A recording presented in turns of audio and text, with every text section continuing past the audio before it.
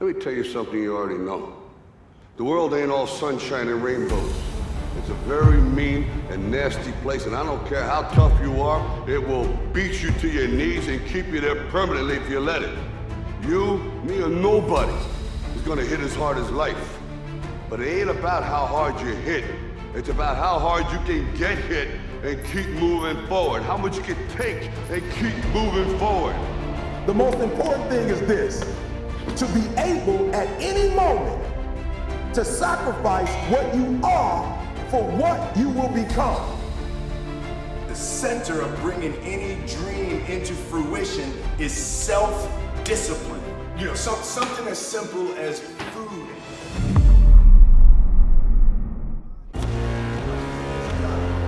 It's getting command of your mind to be able to choose actions that are in your own best interest. Every day, we are choosing shit that's not in our own best interest. Right? So the world is attacking you, the world was fighting. If only that sound could play in everyday life when danger is near. Making bad decisions would be far more cinematic. All Quiet on the Western Front, directed by Edward Berger, is an adaptation of Eric Remarque's 1929 classic and is one of the best war movies of the past decade. Berger's film continues to study the hell of war and mechanized war, which is a common thematic feature of great war movies. But the message that the story goes to great lengths to emphasize is the contrast between the people running the war and the people fighting the war. Contrast even seeps into the film's colors. Reds are very red, blues are very blue. The theme is established from the very offset. Paul and his friends sign up to fight because they want to represent and win glory for their nation. They imagine themselves strolling into Paris as conquerors with the German flag waving behind them, but the reality turns out to be less glamorous. Paul is given the uniform of a recently killed soldier, and that simple transaction gives away the entire game. Yes, Paul and his friends will be representing the German state on the battlefield, but by becoming representatives, they forfeit their individual value in the eyes of their leaders. They become interchangeable pawns on the chessboard. After seeing how many men are being slaughtered, Paul realizes that he's not destined to become Achilles. His first taste of battle is brutal, cold, and soul crushing. To quote the director, his idealism and innocence dies in the mud. He avoids physical death, unlike his friend, but Paul's emergence from the collapsed bunker is a rebirth, just not the triumphant one he expected. But All Quiet on the Western Front does not only keep us with Paul and his fellow soldiers as they descend further into the pit of hell.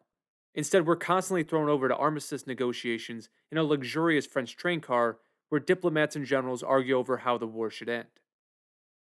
These setting switches are pretty dramatic and usually begin with food being eaten, another sharp contrast to how the soldiers eat. For Paul and Kat, a raw goose egg becomes a height of dining. But full disclosure, I've never had a raw goose egg, so maybe it's pretty good, I don't know. The train car discussion shed light on the mindset that plagues wartime leaders. Daniel Bruhl's character sees the soldiers like we see Paul, Kat, and Albert. They're complicated individuals with moral value who deserve the best leadership possible, and the preservation of their lives should be a consideration during negotiations. Unfortunately, he's really the only man that holds this position, partly because his own son died. The other men only see themselves as negotiators, yes, for their state's interest, but more importantly for their state's image. It's not surprising that this would be their perception because it's true to a certain extent, they are negotiating on behalf of their countries. The problem is that their considerations are too broad.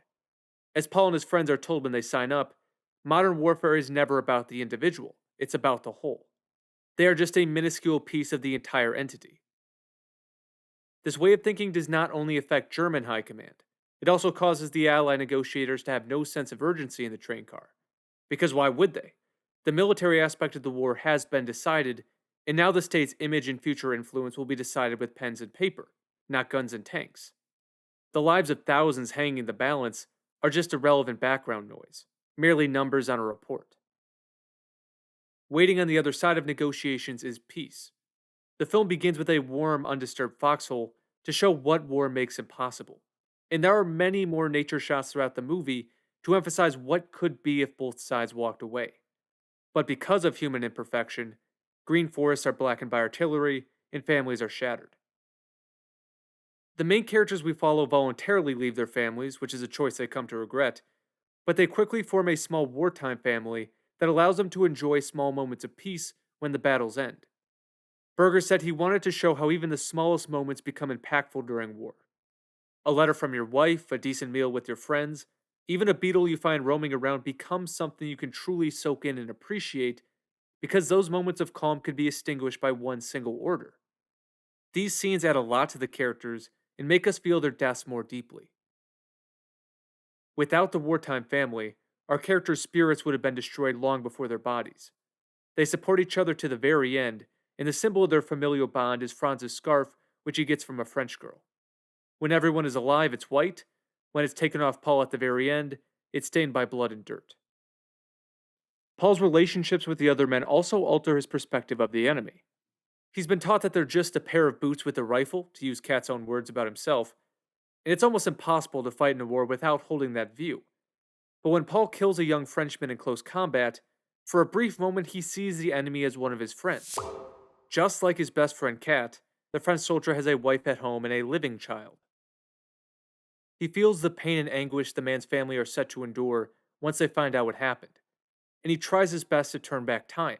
It's probably the most moving scene of the film, and Paul's face is appropriately divided in two by the mud. I personally see that as a split between the person Paul was and what he's become. This is the most glaring moment when both sides confront each other. One by one, Paul's family is broken by war. Albert is put to the torch during the insane tank sequence. Chadden kills himself to prevent a slow death. But the most devastating loss is Kat, whose death is foreshadowed early on by the song they sing to him, "The farmer will get you with his rifle." Kat keeps Paul and most of his friends alive early on and is a constant source of uplifting humor. Paul follows Kat like an older brother, and his random, pointless death brings Paul to the point of resignation. When he receives the order to fight another battle for the sake of one general's pride, he does as instructed with the look of someone who knows he's doomed. Paul dies in the darkness of war right before the light of peace emerges, and all he's allowed is a brief glimpse. His death is the ultimate example of the cost of needless warfare. A young man we've grown to care for dies as his general watches comfortably in the distance, totally disconnected from the tragedy. For him, Paul's death is worth a better image for the German army. When the battle is over and Paul's dog tag has been collected, we're taken back to nature, which is now undisturbed by artillery and tanks. Sadly, the peace will not last long. Just 22 years later, Hitler will bring the same train car out of a museum and accept the French's surrender. In the same wartime patterns we see in All Quiet on the Western Front, will repeat.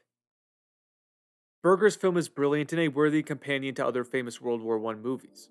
For me, it sort of feels like a spiritual sibling to 1917 because of the narrow focus on a single character, just on the other side of the conflict. The themes will never stop being relevant, they cut to the core of human nature, and those are the stories I tend to appreciate most. If you have your own thoughts on All Quiet on the Western Front, feel free to leave them in the comments. If you want to submit my short film to the Academy of Motion Pictures, you have my blessing, feel free. And most importantly, stay safe and have a fantastic rest of your day. I'll talk to you soon.